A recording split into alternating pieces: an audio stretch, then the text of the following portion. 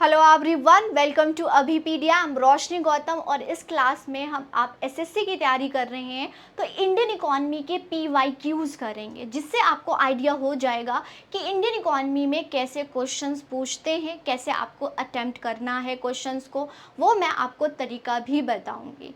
अगर हम बात करें तो इंडियन इकॉनमी से काफ़ी क्वेश्चंस पूछे जाते हैं, मतलब इसका भी वेटेज है। आप ऐसे नहीं बोल सकते कि नहीं है। ओके, तो इंडियन इकॉनमी में कैसे क्वेश्चंस पूछा जाता है वो आपको पीवाईक्यूज से पता चलेगा, जिसमें यहाँ पर सिर्फ मैं आपको क्वेश्चन नहीं कराऊंगी, इसके साथ में डिटेल बहुत सारे कंसेप्ट भी कराऊंगी। अगर आप चैनल पर नए हैं तो चैनल को सब्सक्राइब कर दीजिएगा, बेल आइकन दबा दीजिएगा, आपके लिए बहुत हेल्पफुल होगा कि जितने भी आपके लिए इनिशिएटिव लाया जा रहा है आपके पास पहुंच जाए, नोटिफिकेशन पहुंच जाए। तो चलिए स्टार्ट करते हैं आज की क्लास को। ओके, तो देखिए स्टूडेंट, यहाँ पर आप सभी के लिए इंफॉर्मेशन है। स्टूडेंट, आप एसएससी सीजीएल एग्ज़ाम 2024 को टारगेट कर रही हैं तो आपके लिए ये कोर्स लॉन्च किया जा रहा है अभी पीडिया के द्वारा, जहाँ पर बहुत मिनिमम में और क्वालिटी बहुत ज़्यादा है, जहाँ पर लेक्चर, नोट, एमसीक्यू सब आपको मिलेगा। अगर कोर्स बाय करना है तो नीचे डिस्क्रिप्शन बॉक्स में लिंक होगा, वहाँ जाएंगे एंड जो भी डाउट होता है कॉल करके आप पूछ सकते हो। Okay, everything, each and everything आपको मिलेगा, कहीं और जाने की ज़रूरत नहीं होगा।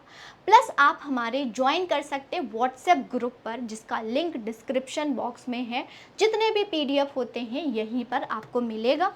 ओके, चलिए नेक्स्ट। तो अब हम क्वेश्चन स्टार्ट करते हैं। ध्यान से समझिएगा स्टूडेंट, दोनों लैंग्वेज में यहाँ पर है, जैसे कंफर्टेबल होंगे आप इसको आंसर दे सकते हैं, कमेंट सेक्शन में आंसर देंगे। राइट, पहला क्वेश्चन पूछा गया है, if we deduct depreciation. Okay, तो ये नेशनल इनकम से क्वेश्चन पूछा गया। आप देख रहे हैं नेशनल इनकम से भी क्वेश्चन पूछा जा रहा है। If we deduct the depreciation from GNP, GNP होता है gross national product, the measure of aggregate income that be obtain is called. क्या आपको मिलेगा अगर हम जीएनपी में माइनस कर दे डेप्रिसिएशन तो क्या होता है? ठीक है, तो gross domestic product at market price होता है, ग्रॉस डोमेस्टिक प्रोडक्ट होता है, नेट नेशनल प्रोडक्ट होता है, पर्सनल इनकम क्या होता है, बेसिकली आपसे ये पूछा गया है। ओके, तो यहाँ पर हम कंसेप्ट देखते हैं। तो सबसे पहले अगर हम बात करें, ओके, तो यहाँ पर क्या दिया हुआ है, जीएनपी दिया है। जीएनपी समझिएगा क्या है, ये ग्रॉस, ग्रॉस मीन्स होता है टोटल। क्या है ये? Total, total national, N stand for national, product है, नॉट प्रोडक्शन है student, product. Okay, gross national product हो गया। इट मीन्स क्या होता है, ये होता है, पहला कंसेप्ट याद रखिएगा, फाइनल गुड्स एंड सर्विसेज होता है। फाइनल होगा क्योंकि फाइनल वो गुड्स होते हैं जो कि रेडी टू कंज्यूम होते हैं, फैक्ट्री गेट पर आ चुके हैं। एक फाइनेंशियल ईयर होगा, फाइनेंशियल ईयर आपको पता है 1 अप्रैल, ठीक है, अप्रैल टू 31 मार्च होता है, इसको फाइनेंशियल ईयर बोलते हैं। ठीक है, फिर क्या होगा यहाँ पर, इररिस्पेक्टिव ऑफ जोग्राफिकल बाउंड्री, पूरे वर्ल्ड में, पूरे वर्ल्ड को हम लेंगे, जोग्राफिकल बाउंड्री को यहाँ नहीं लेंगे वर्ल्ड में। But 4 point is very important कि यहाँ पर रेजिडेंट होना चाहिए, मीन्स सिटीजन ऑफ इंडिया होना चाहिए। अगर कोई भी सिटीजन ऑफ इंडिया है पूरे वर्ल्ड में, इररिस्पेक्टिव ऑफ बाउंड्री, कहीं भी जाके इनकम अर्न करता है और इंडिया में लेके आता है, तो वो डोमेस्टिक प्रोडक्ट में इंक्लूड नहीं होता है, वो नेशनल इनकम में इंक्लूड होता है, that is gross national product. Okay, ये समझ आ गया। अब ग्रॉस ऑलवेज आपको टोटल वैल्यू बताती है, लेकिन टोटल अगर हम बात करें कि गुड्स एंड सर्विसेज किया, उसको हमने इनकम मॉनेटरी टर्म्स में देखा, तो वो आपको क्या हो गया, वो नेशनल या तो डोमेस्टिक प्रोडक्ट हो गया। लेकिन अगर हम बात करें तो इसमें वियर एंड टीयर को हमने एक्सक्लूड नहीं किया है।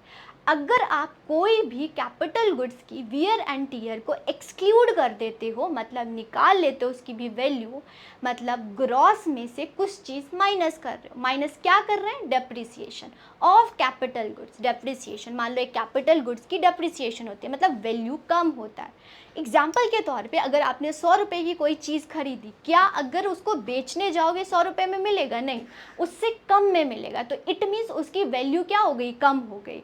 तो उस उसको इकोनॉमी टर्म्स में क्या बोलते हैं, डेप्रिसिएशन हो गई उस एसेट की, ओके, वैल्यू कम हो गई है। तो एक जो इन्वेस्टर होता है उसको पता होता है कि कमिंग फाइनेंशियल ईयर में कितनी वैल्यू मेरी मशीनरीज कैपिटल गुड्स की ही होती हैं, वैल्यू डिप्रिशिएट होगी। अगर उसको भी माइनस कर दे किस में से, ग्रॉस में से, तो जी जो बन जाता है वो नेट बन जाता है, मतलब NNP, ओके। देखिए इसका फॉर्मूला क्या होगा, इसको समझिए। अगर हम GNP में से माइनस कर देंगे डेप्रिसिएशन ऑफ कैपिटल गुड्स ही होगा। कैपिटल गुड्स वो गुड्स होता है स्टूडेंट जो कि हम कंज्यूम नहीं करते डायरेक्टली, फर्दर प्रोडक्शन में इस्तेमाल करते हैं, राइट, ये होता है। तो आपका आंसर क्या हो जाएगा, NNP। अब देखो, अगर आपको कंसेप्ट पता हो तो बिना ऑप्शन में जाए हुए भी आप आंसर करेक्ट कर सकते हो। तो देखो यहाँ पर NNP है, N मतलब नेट नेशनल प्रोडक्ट, ऐसा कुछ है ऑप्शन में, तो ये देखिए थर्ड आंसर आ गया, ओके। तो ये चीज़ है, तो सारे फॉर्मूला पता होने चाहिए। वही अगर इसी केस में आपको GDP दे देता, GDP एग्जामिनर दे देता, इसको भी लिख लीजिएगा, अगर इसमें से आप डेप्रिसिएशन ऑफ कैपिटल गुड्स करते हैं तो आपको वैल्यू आती है NDP। ऑलवेज ग्रॉस में से अगर नेट वैल्यू डेप्रिसिएशन की वैल्यू माइनस करते हैं तो क्या आ जाता है, नेट, मतलब नेट ऑलवेज कोई चीज़ डिडक्ट करके आता है, मतलब माइनस करके आता है नॉर्मल लैंग्वेज में, तो क्या हो जाएगा, NDP हो जाएगा, ठीक है। यहाँ कंसेप्ट पता होना चाहिए स्टूडेंट, राइट। चलिए नेक्स्ट क्वेश्चन पर इसी के साथ मूव करते हैं। ये क्वेश्चन आया हुआ है, which of the following is not a classification of e-commerce का क्लासिफिकेशन नहीं है। ऑप्शन है हमारे पास business to consumer, distributor to distributor, customer to customer, business to business, okay. तो एक एक करके हम पहले कंसेप्ट को समझ लेते हैं, ठीक है। चलिए, पहले होता है बिजनेस टू कंज्यूमर। बिजनेस मतलब कोई चीज़ मैन्युफैक्चर कर रहा है और कंज्यूमर तक पहुंचा रहा है, मतलब यहाँ पर बिजनेस जो है selling the product and services to the consumer, okay. कोई भी मिडल मैन नहीं है, कोई भी यहाँ पर मिडल मैन नहीं है, बिचौलिया नहीं है, तो ये क्या हो जाएगा, बिजनेस टू कंज्यूमर, मैन्युफैक्चर किया और कंज्यूमर को दे दिया, ये होगा। फिर है कस्टमर टू कस्टमर, एक कस्टमर ने बाय किया और उसी कस्टमर ने किसी और को दे दिया, ओके। तो यहाँ पर बिजनेस मॉडल, दैट एक बिजनेस मॉडल जहाँ पर consumer to trade with each other, एक ही कंज्यूमर, जैसे कि मान लो कि IPO तो कंपनी करता है, लेकिन अगर कोई शेयर खरीद लिया और जो फर्दर उसने खरीदा है तो सेकेंडरी मार्केट में क्या होते हैं, एक दूसरे से बाय और सेल होता है सेकेंडरी मार्केट, तो ये एग्जाम्पल क्या हो जाएगा, कस्टमर टू कस्टमर, जैसे ऑनलाइन एनवायरनमेंट पे बेसिकली आपको देखने को मिलता है। बिजनेस टू बिजनेस होता है, बिजनेस टू बिजनेस मतलब दो मैन्युफैक्चर एक दूसरे को दे रहे हैं, ये बिजनेस मॉडल जहाँ पर ट्रांजेक्शन और business conducted between one business and other such as wholesaler, example is wholesaler जो होता है जो बल्क में सामान बेचता है, ओके। रिटेलर जो होता है वो मतलब पार्ट्स में, खुदरों में सामान बेचता है, तो उसको रिटेलर बोलते हैं, रिटेल पर, ओके। जैसे कि जो कस्टमर की रीचेबल होती है उसको रिटेलर बोलते हैं, तो वो क्या हो जाएगा, बिजनेस टू बिजनेस। लेकिन यहाँ डिस्ट्रीब्यूटर टू डिस्ट्रीब्यूटर ऐसा कोई बिजनेस मॉडल ई-कॉमर्स नहीं होता, तो इसका आंसर हो जाएगा आपका सेकेंड, राइट। ये अगर आपको ये पता होता तो आंसर आ जाता आपके, मतलब आंसर करेक्ट हो जाते हैं, राइट। ये चलिए नेक्स्ट क्वेश्चन करेंगे, which of the following is added in the national income to obtain the personal income of the household. अब क्या चीज़ हम ऐड करें जिससे पर्सनल इनकम, तो देखिए स्टूडेंट, एक तो हम नेशनल इनकम देखते हैं, डोमेस्टिक इनकम देखते हैं, ओके, जहाँ पर पूरे एक कंट्री की देखा जाता है, लेकिन इंडिविजुअल आपके जेब में कितना पैसा है वो भी तो पता होना चाहिए, उसको भी कैलकुलेट करते हैं। तीन टर्म्स होते हैं, प्राइवेट इनकम, पर्सनल इनकम और यहाँ पर डिस्पोजेबल पर्सनल इनकम, ये तीन टर्म्स होते हैं जो कि आपके इंडिविजुअल पर देखा जाता है। सबसे पहले प्राइवेट इनकम समझिए। प्राइवेट इनकम मतलब आपका इनकम क्या है, यहाँ पर इंडिया से लेना नहीं है, आपके जेब में कितना पैसा है, इसको कैसे कैलकुलेट करते हैं। तो प्राइवेट इनकम होता है, प्राइवेट इनकम मीन्स क्या होता है समझिए इसको। यहाँ पर क्या होगा, जो आपने फैक्टर इनकम किया, ओके, फैक्टर मतलब आपने काम किया उसके बाद पैसा मिला, जैसे आपने लेबर दिया और जिससे वेज मिली आपने, वो तो फैक्टर इनकम हो गया। यहाँ पर ट्रांसफ़र इनकम भी होता है। ट्रांसफ़र इनकम क्या होता है, without any rendering any work, मतलब बिना काम किए फ्री फंड में पैसा मिल गया, उसको ट्रांसफ़र इनकम। अब एग्जांपल बताती हूँ, जैसे स्कॉलरशिप हो गया, okay, old age pension, old age pension होगा, नॉर्मल पेंशन नहीं होगा, ओके, वो याद रखिएगा। तो transfer income plus net factor income from abroad, आप बाहर गए, इंडिया से बाहर गए और वहाँ से आपने पैसा इनकम अर्न किया, तो वो डोमेस्टिक इनकम में, ये भी याद रखिएगा, नेट फैक्टर इनकम जो है वो डोमेस्टिक इनकम में इंक्लूड नहीं होता है। डोमेस्टिक इनकम मतलब जीडीपी में इंक्लूड नहीं होता है, जीडीपी में, प्लीज़ इसको नोट कर लेंगे। ट्रांसफ़र इनकम नेशनल इनकम में इंक्लूड नहीं होता है, ठीक है, नेशनल इनकम में इंक्लूड नहीं होता है, बट आपके प्राइवेट इनकम में इंक्लूड होगा, इम्पॉर्टेंट है।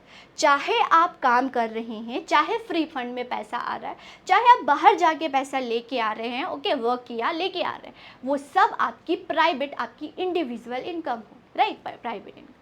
अब आपने अर्न कर लिया, अब अर्न कर लिया, उसमें आपको टैक्स भी तो भरना पड़ेगा, ऐसे तो काम नहीं चलेगा, ओके। तो जब आपने प्राइवेट इनकम, आपके पास 100 रुपये था, वो 100 रुपये आपने अर्न किया, उसके बाद सरकार कॉर्पोरेट टैक्स लगाती है जो कि बिजनेस प्रॉफिट पर होता है, ओके, बिजनेस प्रॉफिट पर कॉर्पोरेट टैक्स लगता है, और undistributed profit, okay, minus undistributed profit, मतलब कि अगर मान लो कि किसी का शेयर है आपके, मतलब किसी की हिस्सेदारी है आपके बिजनेस में, तो उसका प्रॉफिट भी आपको देना पड़ेगा ना, लेकिन प्राइवेट इनकम में ये सब इंक्लूड है। लेकिन जब आप कॉर्पोरेट टैक्स और अनडिस्ट्रीब्यूटेड प्रॉफिट को माइनस कर देते हो, तो तब पैसा जो बचता है उसको हम पर्सनल इनकम बोलते हैं। समझ आ रहा है, प्राइवेट इनकम में से कॉर्पोरेट टैक्स और अनडिस्ट्रीब्यूटेड प्रॉफिट को माइनस करते हैं तो पर्सनल इनकम मिलता है। लेकिन यहाँ पर ही बात ख़त्म नहीं होती स्टूडेंट, नेक्स्ट आता है डिस्पोजेबल पर्सनल इनकम, थर्ड है। अब क्या होता है इनकम, वो जो टैक्स लग रहा था वो आपके बिजनेस पर लग रहा था। एक इनकम टैक्स भी सुना होगा आपने, इनकम टैक्स भी लगता है जो कि इनकम पर लगता है, आपके जितने भी अकॉर्डिंग टू इनकम स्लैब उस पर टैक्स लगाता है। तो जब आप पर्सनल इनकम में, ओके, पर्सनल इनकम में से माइनस कर देंगे इनकम टैक्स, माइनस कर देंगे इनकम टैक्स जो कि डायरेक्ट टैक्स होता है, इनकम टैक्स, फिर जो पैसा बचेगा वो होता है डिस्पोजेबल पर्सनल इनकम, ओके। अगर वाई लिखा हो मीन्स इसमें टैक्स इंक्लूडेड है, अगर वाई डी लिखा हो इसमें टैक्स एक्सक्लूडेड है। After paying the tax, income tax, जो पैसा बच रहा है वो डिस्पोजेबल पर्सनल इनकम होगा। इसमें मैंने इनडायरेक्ट टैक्स को नहीं लिया है, डायरेक्ट टैक्स को लिया है, ये भी याद रखिएगा। Income tax is direct tax. तो आंसर अब देखते हैं, आंसर क्या होगा यहाँ पर, विच of the following national income obtain the personal income of house hold. Net interest payment ऐसा कुछ नहीं है, transfer payment from the government जो कि विदाउट रेंडरिंग एनी वर्क, काम नहीं किया फिर भी पैसा मिल रहा है, वो होता है undistributed profit, okay, personal income में से माइनस कर देंगे उसको, ओके, वो चीज़ है। कॉर्पोरेट टैक्स ये भी तो माइनस कर देते हैं, तो ये क्या इंक्लूडेड होगा, सेकंड आंसर हो जाएगा आपका transfer payment, okay, second answer हो जाएगा। समझ आ रहा है, कंसेप्ट को समझिए, फिर उस कंसेप्ट को अप्लाई करें एमसीक्यूज में, आपको इजी लगेगी चीज़ें। और काफ़ी देखिए लेवल हाई है, ऐसा नहीं बोल सकते कि क्वेश्चन बहुत इजी आते हैं, क्वेश्चन काफ़ी अच्छे क्वेश्चंस आए हुए हैं, तो आपको स्टडी करनी पड़ेगी अच्छे से, ओके, ये चीज़ है।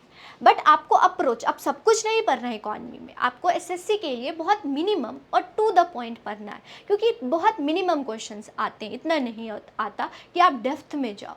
वो किसी अंडर गाइडेंस आप पढ़ेंगे तो अच्छे से आप क्रैक कर सकते हैं, राइट। चलिए नेक्स्ट क्वेश्चन पर मूव करते हैं। Which of the following state state have the highest literacy rate according to. आपको पता है कि अभी सेंसस 2011 वाला ही है, अब तक न्यू सेंसस नहीं आया है, तो एग्ज़ाम जो भी एग्ज़ाम हम देंगे तो सेंसस 2011 वाले से ही क्वेश्चन आएगा। ओके, ये है। तो आपसे पूछा है कौन सा ऐसा स्टेट है जहाँ पर लिटरेसी रेट जो है वो ज़्यादा, मीन्स पढ़े लिखे लोग ज़्यादा हैं। लक्षद्वीप है, गोवा है, मिजोरम है और केरला है, कौन सा है? तो यहाँ पर कुछ जान लेते हैं। सेंसस की बात करें तो ये 50th national census survey conduct किया गया था by the census organisation of India. Okay, सबसे पहले जो सेंसस कंडक्ट किया गया था वो 1872 में किया गया था, जो कि कंप्लीट नहीं था। कंप्लीटेड सेंसस जो कंडक्ट किया गया वो 1881 में कंडक्ट किया गया। बहुत बार एग्जामिनर पूछ लेता है the slogan of 2011 census. Okay, तो our census our future is a slogan दिया गया है। ओके, ये है। उसके बाद अगर हम देखें जो क्वेश्चन में पूछा गया है, बहुत कुछ पढ़ना है सेंसस में, तो आपको धीरे धीरे हम वो भी आपको करा देंगे। अगर बात करें, क्वेश्चन पूछा हाईएस्ट लिटरेसी, केरला ऐसा स्टेट है जहाँ पर बहुत ज़्यादा लोग पढ़े लिखे। अकॉर्डिंग टू 2011 सेंसस सबसे लिटरेसी रेट केरला में है, लक्षद्वीप, मिज़ोरम, फिर पहले केरला, फिर लक्षद्वीप, फिर मिज़ोरम, फिर गोवा है। ओके, फिर त्रिपुरा है। According to 5 state, okay, top 5 state, ये भी याद रखिएगा, ये टॉप 5 स्टेट हैं जहाँ पर लिटरेसी रेट बहुत देखने को मिलता है हमें। ओके, तो 94% है, ठीक है, 94% लोग यहाँ पर पढ़े लिखे हैं। ये 2000 किसका है सेंसस है स्टूडेंट? ये तो 11 का, अभी न्यू सेंसस आएगा, और जो अभी सेंसस आने वाला है स्टूडेंट, वो पहली बार ऐसा सेंसस होगा जो कि डिजिटली मोबाइल पे कंडक्ट किया गया है, वो होगा। तो देखते हैं कब आता है, उसके अकॉर्डिंग आपको करा दिया जाएगा। चलिए, तो समझ आया, केरला इज आंसर। वहीं टॉप आप स्टेट को भी याद रखेंगे तो क्रोनोलॉजी में वैसे एसएससी में नहीं आता है, डायरेक्ट क्वेश्चन आपसे पूछते हैं, फैक्चुअल क्वेश्चन पूछते हैं। चलिए नेक्स्ट क्वेश्चन देखते हैं। विच 5-year plan in India was mainly focus on गरीबी हटाओ, creation of employment opportunity and agriculture production among the objective. अगर हम बात करें स्टूडेंट की एसएससी में सबसे ज़्यादा अगर इंडियन इकोनॉमी से क्वेश्चंस आने के चांसेस हैं, प्रोबेबिलिटी है, वो है प्लानिंग से। प्लानिंग मतलब 5-year प्लान या नीति आयोग आप ले लीजिए, बहुत क्वेश्चन आते हैं। 5-year प्लान में भी जो स्लोगन्स होते हैं, मीन्स ऑब्जेक्टिव्स जो होते हैं, स्लोगन्स जो होते हैं, बहुत पूछते हैं। तो ये हैं 12 प्लान्स, मतलब कि पहले प्लानिंग कमीशन था जो कि डिसॉल्व हो गया 2014 में, और अभी आपको प्लानिंग करने के लिए एक बॉडी बनाई गई, दैट इज़ नीति आयोग बनाएंगे। ओके, नीति आयोग है, ठीक है। तो आपको दोनों पता होना चाहिए, 5-year प्लान एंड प्लस उसके सारे हर 5-year प्लान में क्या मोटिव था, क्या ऑब्जेक्टिव था, डेट क्या थे, उसमें क्या क्या हुआ, चाहे वो डिसॉल्व हो गया, फिर भी एग्जामिनर का क्या है, मेन टॉपिक है, इससे एग्जामिनर क्वेश्चंस पूछता ही पूछता है, तो ध्यान रखिएगा इसको, ठीक है। तो एक बार मैं आपको बताती हूँ। फर्स्ट 5-year प्लान जो कि 51 से 56 में आया, और ये फोकस कर रहा था एग्रीकल्चर, कृषि पर और इरिगेशन पर, एग्रीकल्चर पर, ठीक है। सेकेंड 5-year प्लान जो है वो इंडस्ट्रीज पर फोकस कर रहा था, इंडस्ट्रीज पर। जो थर्ड 5-year प्लान, उसके बाद थर्ड 5-year प्लान की बात करें तो ये सेल्फ रिलायंट या सेल्फ सस्टेन इकोनॉमी बनाना था।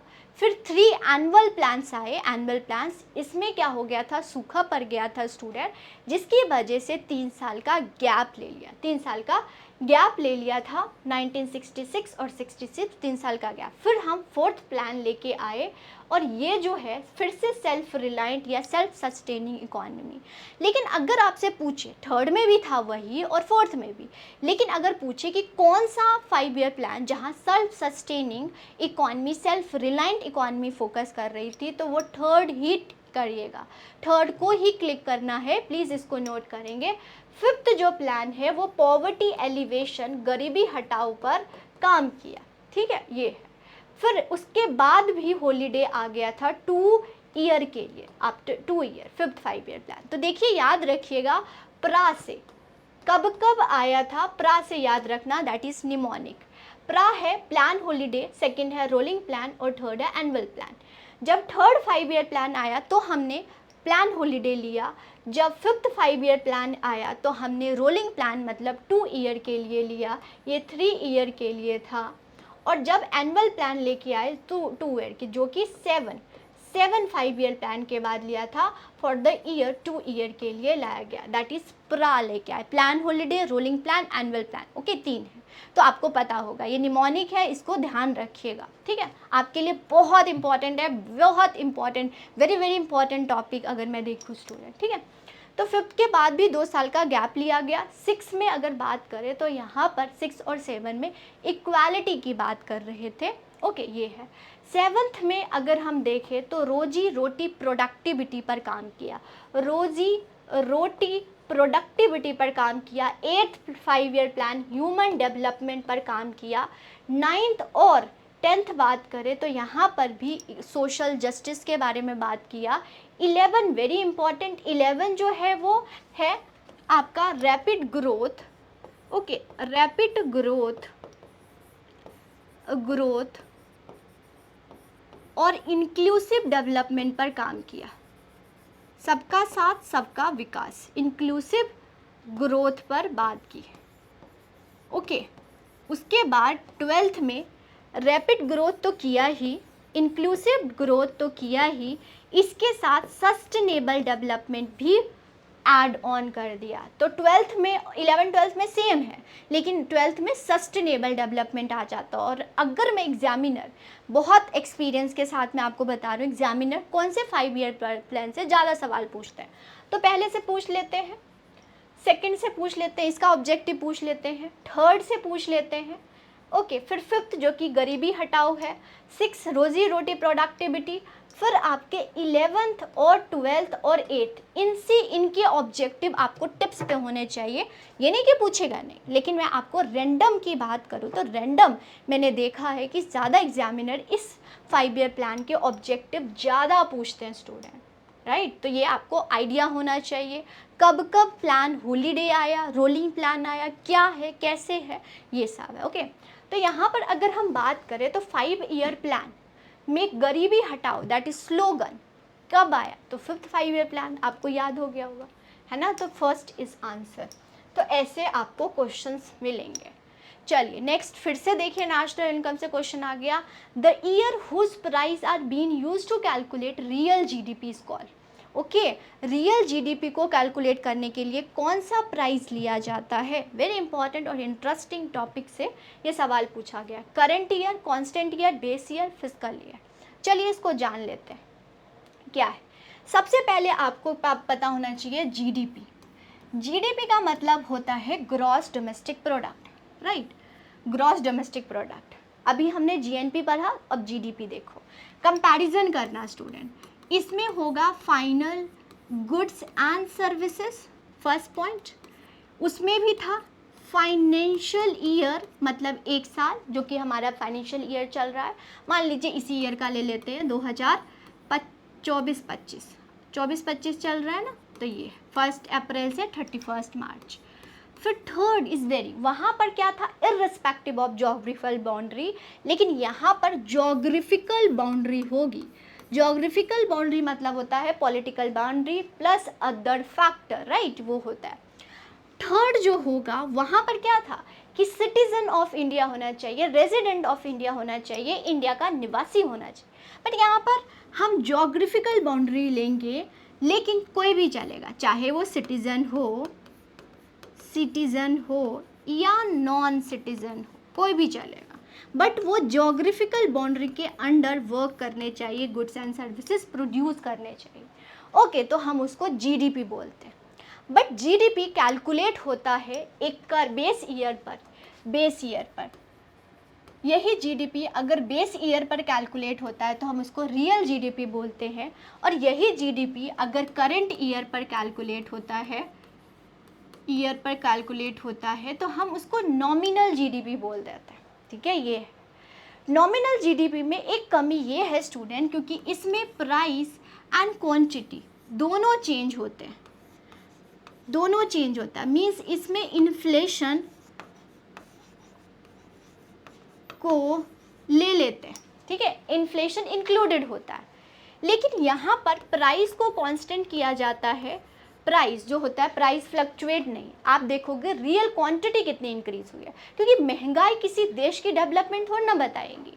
ओके, तो अगर आपको जीडीपी अच्छा मतलब कि आपकी कंट्री में कितना ग्रोथ हुआ है, कितना वेलफेयर हुआ है, उसमें आप क्या करोगे, प्राइस को कांस्टेंट रखोगे, क्योंकि महंगाई किसी भी देश की ग्रोथ को नहीं अच्छा कर सकता। ओके, महंगाई अच्छा थोड़ी ना है, आप नॉर्मली देखो, है ना, कुछ हद तक के लिए ठीक है, लेकिन अगर ज़्यादा हद हो जाए महंगाई की तो प्रॉब्लम हो जाएगी, कोई बाय ही नहीं करेगा, डिमांड ही नहीं होगी, तो सप्लाई करके क्या करोगे। ओके, तो ये होता है, तो प्राइस कांस्टेंट रखेगा और क्वांटिटी चेंज होंगी। ये इट मीन्स यहाँ पर इन्फ्लेशन एक्सक्लूडेड होता है, इन्फ्लेशन एक्सक्लूडेड होते हैं स्टूडेंट। ओके, ये सब चीज़ें आपने याद रखना है।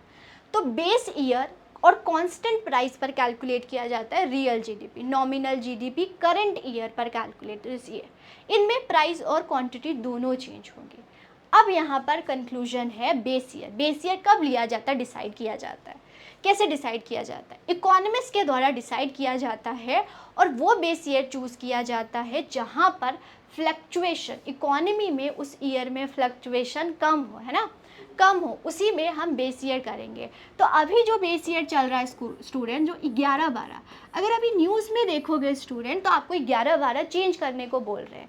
क्यों? क्योंकि बोला जाता है इकोनॉमिस्ट के द्वारा कि 5 साल में आपको चेंज करना चाहिए। Okay, base year. ओके, और बेस ईयर करंट ईयर से ज़्यादा दूर नहीं होना चाहिए। ऐसा नहीं होना चाहिए कि 2024 चल रहा है और हम 1947 का बेस ईयर ले रहे हैं, है ना, तो कंपैरिजन करना इज़ वेरी डिफ़िकल्ट। तो आप ज़्यादा दूर भी नहीं लेंगे और ज़्यादा पास भी, अगर हम 2023 ले रहे हैं ऐसा नहीं होगा, या आप 2020 भी नहीं लेंगे, क्योंकि कोविड-19 था, कोविड-19 में बहुत सारा फ्लक्चुएशंस थी। तो स्टेबल होना चाहिए, point to be noted, stable होना चाहिए, करंट ईयर से ज़्यादा फार नहीं होना चाहिए, ज़्यादा क्लोज नहीं होना चाहिए, और डिसाइड किया जाता है इकोनॉमिस्ट के द्वारा। बोला जाता है हर 5 साल में बेस ईयर को चेंज करो, बट ऐसा होता नहीं है, क्योंकि लास्ट 2015 में चेंज हुआ और अब तक कोई बेस ईयर चेंज नहीं हुआ। बट अभी न्यूज़ में आप देखोगे तो न्यूज़ में मिल रहा है कि बेस ईयर चेंज करेंगे, तो इसको देखना है, और जब भी चेंज होगा तो मेरे द्वारा आपको अपडेट कर दिया जाएगा। ओके, तो समझ आया। अब क्वेश्चन देखते हैं, क्वेश्चन क्या बोल रहा है। पूछ रहा था कि आपको real GDP base year answer हो गया। अगर यहीं पर एग्जामिनर पूछ लेता कि नॉमिनल जीडीपी अच्छा है या रियल जीडीपी, तो वैसे आपको आंसर समझ आ गया होगा, real GDP is better than nominal GDP. क्योंकि अगर किसी कंट्री की रियल ग्रोथ देखना है, वेलफेयर देखना है, तो रियल जीडीपी सही है, नॉमिनल जीडीपी सही नहीं है। ओके, तो ये सारे पॉइंट्स लिखिएगा। अगर एग्जामिनर ने इस बार ऐसे क्वेश्चन पूछा है तो एग्जामिनर किसी वे से पूछ सकता है, राइट। ये फिर आते हैं अनएम्प्लॉयमेंट, चाहे 5 ईयर प्लान हो, पॉवर्टी हो, अनएम्प्लॉयमेंट, ये क्या है, आपके बहुत इंपॉर्टेंट टॉपिक्स हैं जो कि आपने नोट करना है। इससे सवाल एग्जामिनर बार बार पूछता है। अनएम्प्लॉयमेंट से काफ़ी क्वेश्चन और हर शिफ्ट में पूछे गए हैं। ओके, ये चीज़ है। चलिए, unemployment arising due to mismatch between job available in the market and skill of available work is called. ठीक है, अनएम्प्लॉयमेंट तब अराइज होता है जहाँ पर मिसमैच होता है, मतलब कि जब जॉब क्या है, अवेलेबल है, लेकिन स्किल नहीं है लोगों के पास। अगर करंट सिनेरियो देखें इंडिया की तो ऐसा ही है, जॉब है तो स्किल नहीं है, स्किल है तो जॉब नहीं है, ये प्रॉब्लम होती हैं। तो जहाँ पर जॉब तो है लेकिन लोगों के पास स्किल नहीं है। नॉर्मली एक इवेंट मैं आपको बताती हूँ।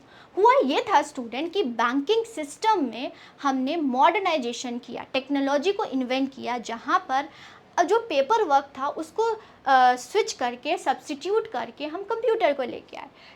उस दौरान जिसको वो स्किल नहीं था, कंप्यूटर नहीं था, उनकी क्या हो गई, जॉब चली गई तो वो अनएम्प्लॉयड हो गए। बट किसकी वजह से हुए, वो हो गए स्किल की वजह से। यही होता है स्ट्रक्चरल अनएम्प्लॉयमेंट। समझ आ गया, स्ट्रक्चरल अनएम्प्लॉयमेंट। ओके, तो आंसर ड्यू टू स्किल, जब अनएम्प्लॉयड बेरोजगार हो जाते हैं। अनएम्प्लॉयमेंट ठीक है, ओके, लेकिन आप किसी फैक्टर की वजह से बेरोजगार हो रहे हो, चाहे कोई भी सिचुएशन हो, जब स्किल की वजह से होते हैं तो उसको हम स्ट्रक्चरल बोलते हैं। ठीक है, अब देखिए, पहले तो आपको ये पता होना चाहिए what do mean by unemployment. Unemployment वो सिचुएशन होता है जहाँ पर विलिंग होते हैं, विलिंग मतलब काम करना चाहते हैं बट जॉब नहीं मिल रही, अवेलेबल ही नहीं है, तो उसको अनएम्प्लॉयमेंट बोलते हैं। लेकिन अनएम्प्लॉयमेंट के भी टाइप्स होते हैं, जिससे सवाल एसएससी हो गया बहुत पूछता है। तो सारे अनएम्प्लॉयमेंट यहाँ पर लिखा हुआ है जिससे आपसे पूछ सकता है। एक बार मैं आपको बता देती हूँ, एक हम टॉपिक लेके आएंगे लेक्चर जब पढ़ाया जाएगा, जहाँ पर ओके आपको ये सारे डिटेल में पढ़ाऊँगी। मैं थोड़ा सा बताती हूँ। ड्यू टू स्किल, आप अनएम्प्लॉयड हैं, स्किल नहीं है आपके पास वो चीज़ का, तो वो स्ट्रक्चरल हो जाता है। डिस्गाइज वेरी इंपॉर्टेंट, ये हर एग्जाम में पूछा जाता है, यूपीएससी तक पूछा जाता है, लेकिन पैटर्न अलग हो जाते हैं बस। डिस्गाइज वो होता है जहाँ पर ज़रूरत से ज़्यादा लोग काम कर रहे हैं, ज़रूरत है 10 लोगों की और काम कर रहे हैं 20 लोग, तो जो 10 लोग हैं वो क्या है, डिस्गाइज है, मतलब वो बेकार हैं, उनकी ज़रूरत नहीं है। ओके, तो डिस्गाइज होता है। और एग्रीकल्चर में आपको ये अनएम्प्लॉयमेंट देखने को मिलता है स्टूडेंट। सीजनल, जब सीजन हो जॉब फायरिंग होती है, जब सीज़न चला जाता है तो फायरिंग होती है। नॉर्मली फेस्टिवल सीज़न के दौरान देखते हैं, तो वो बेरोज़गारी है, लेकिन कौन सा है, सीजनल है। Okay, seasonal. लेकिन अगर एग्जामिनर पूछता है कौन से सेक्टर में सीजनल देखने को मिलता है, वो भी एग्रीकल्चर ही करेंगे, राइट, ये भी पूछा गया है एग्रीकल्चर, क्योंकि 6 महीने फार्मर के पास काम होता है और 6 महीने नहीं होता, कुछ टाइम नहीं होता। ओके, तो वो सीजनल अनएम्प्लॉयमेंट हो गया। फ्रिक्शनल, ये भी बहुत बार पूछा है, ठीक है, फ्रिक्शनल अनएम्प्लॉयमेंट, जहाँ पर एक जॉब से दूसरे जॉब पर मूव कर रहे हो, right, movement of one job to another job, तो उस दौरान आप अनएम्प्लॉयड होगे तो उसको फ्रिक्शनल अनएम्प्लॉयमेंट बोलें। ठीक है, ये फिर आता है साइक्लिकल अनएम्प्लॉयमेंट। साइकिल मतलब इकोनॉमी में बिजनेस साइकिल होते हैं, तो बिजनेस साइकिल की वजह से आप अनएम्प्लॉयड हो, बूम है, डिप्रेशन है, उसकी वजह से। ओके, ये चीज़ जो लास्ट है that is chronic unemployment. Chronic मतलब कि यहाँ पर पॉपुलेशन तो बहुत ज़्यादा हो गई बट जॉब ही नहीं। ओके, लोग बहुत हैं लेकिन इतना जॉब ही नहीं है मार्केट में, तो वो क्रॉनिक अनएम्प्लॉयमेंट हो जाएगा स्टूडेंट। समझ आ रहा है, और इसको किसी दिन हम डिटेल में किसी लेक्चर में डिटेल में पढ़ लेंगे, आपको ये समझ आ गया। तो structural is a example of skill, due to job available है बट स्किल ही नहीं है, तो कौन सा होगा, स्ट्रक्चरल अनएम्प्लॉयमेंट होगा, राइट। ये चलिए नेक्स्ट क्वेश्चन पढ़ेंगे। Who has been appointed as a Chief Executive Officer CEO of NITI Aayog in जून 2022। अब देखिए, आपको सारे जो भी अपॉइंटमेंट्स हैं ये आपको पता होना चाहिए। अब 2022 में कौन थे ये, तो अब क्या हो गए, चेंज हो गए, तो अभी वाले मैं आपको बताऊंगी, बट इस प्रकार से क्वेश्चन पूछा जा सकता है। सबसे पहले नीति आयोग क्या होता है आपको पता होना चाहिए। तो पहले प्लानिंग कमीशन था, प्लानिंग कमीशन जो कि 5 ईयर प्लान बनाता है।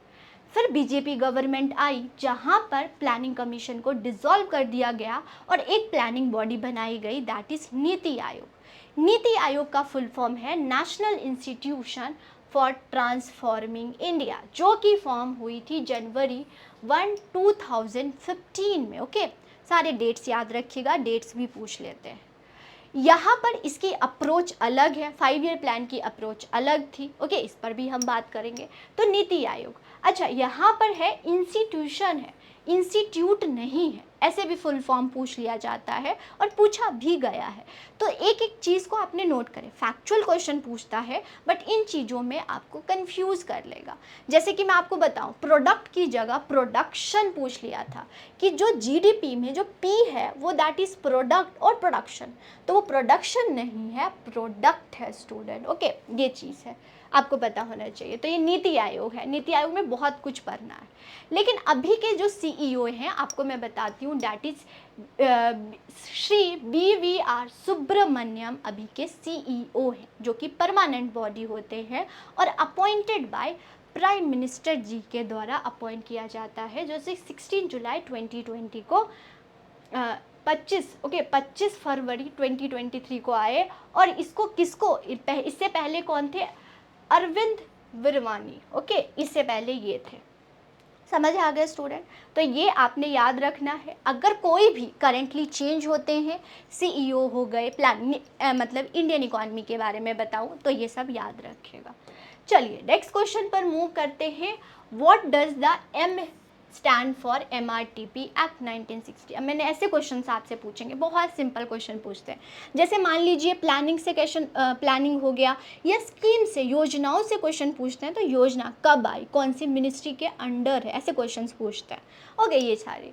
तो अब पूछ रहे हैं M क्या है? अगर MRTP एक्ट आपने पढ़ा है, इसको फुल फॉर्म पता है, तो M क्या स्टैंड कर रहा है आपको पता होगा। M stand for monopolistic, monopoly, multi और मोनोपोली, ये बोला है। ठीक है, ये चीज़ है। तो MRTP का फुल फॉर्म है मोनोपोलीस, नॉट मोनोपोली, मोनोपोलीस। मतलब कि एक जो है सेलर, लेकिन एक सेलर बहुत सारे सेलर, राइट। तो MRTP का समझिएगा, मोनोपोलीज रिस्ट्रिक्टिव ट्रेड प्रैक्टिसेस। ये क्या है कि ये गवर्नमेंट के द्वारा ये एक्ट लाया गया। क्यों लाया गया? क्योंकि अगर हम मार्केट की बात करें तो मोनोपोली क्रिएट ना हो। मोनोपोली क्या होता है पहले ये समझिए। जहाँ पर वन सेलर होते हैं, मोनोपोली मतलब मोनोपोली, मोनो मतलब होता है वन, जहाँ पर वन सेलर होते हैं and large number of buyer होता है, लार्ज नंबर ऑफ बायर होते हैं स्टूडेंट, तो वो मोनोपोली होता है। ठीक है, तो अगर किसी भी मार्केट में मोनोपोली होगा, मीन्स उस बोलते नहीं है तुम्हारी मोनोपोली नहीं चलेगी, मतलब उसका कंट्रोल हो जाएगा, तो क्या होगा? मन चाहे वो प्राइस रखेगा, राइट, यही है ना। तो प्राइस क्या हो? कम हो, राइट, ज़्यादा ना हो मार्केट में। इसीलिए गवर्नमेंट के द्वारा एक्ट लाया गया, that is MRTP act. Okay, लेकिन अगर अभी बात करें तो अभी MRTP नहीं है, इसकी जगह है CCI, that is competition commission of India 2002 में लाया गया। ठीक है, ये है 2002 में लाया गया है, इसको इम्प्लीमेंट 2009 में कर दिया था। तो अभी जो है CCI है, मतलब कि इसकी जो फंक्शन है वो बहुत ज़्यादा ब्रॉड है एज़ कम्पेयर टू MRTP। समझ आया? अगर हम मार्केट की बात करें तो किसी की मोनोपोली क्रिएट ना हो। ओके, इसीलिए जो गवर्नमेंट है वो रूल्स रेगुलेशंस एक्ट लेके आई ताकि क्या हो? मोनोपोली ना हो। तो इसके लिए दो हमारी पहले MRTP था, अब CCI है।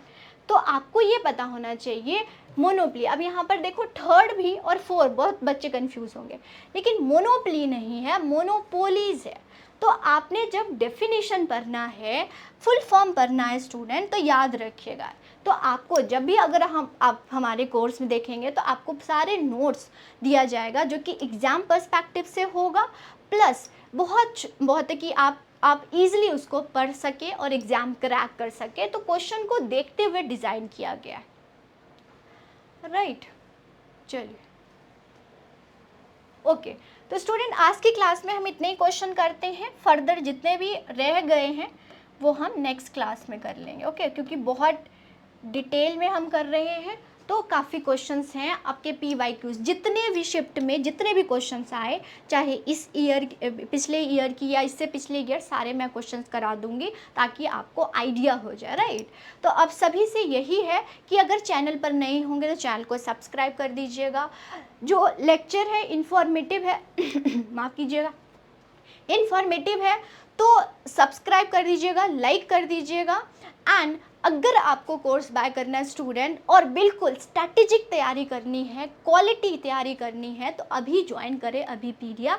नीचे डिस्क्रिप्शन बॉक्स में लिंक होगा, वहाँ जाएंगे। कोई भी डाउट होता है आप कॉल करके पूछ सकते हैं। तो आज के लिए इतना ही, नेक्स्ट क्लास में मिलूंगी नए टॉपिक, नए क्वेश्चन के साथ, नए कंसेप्ट के साथ। आप सभी का धन्यवाद, ऑल द बेस्ट।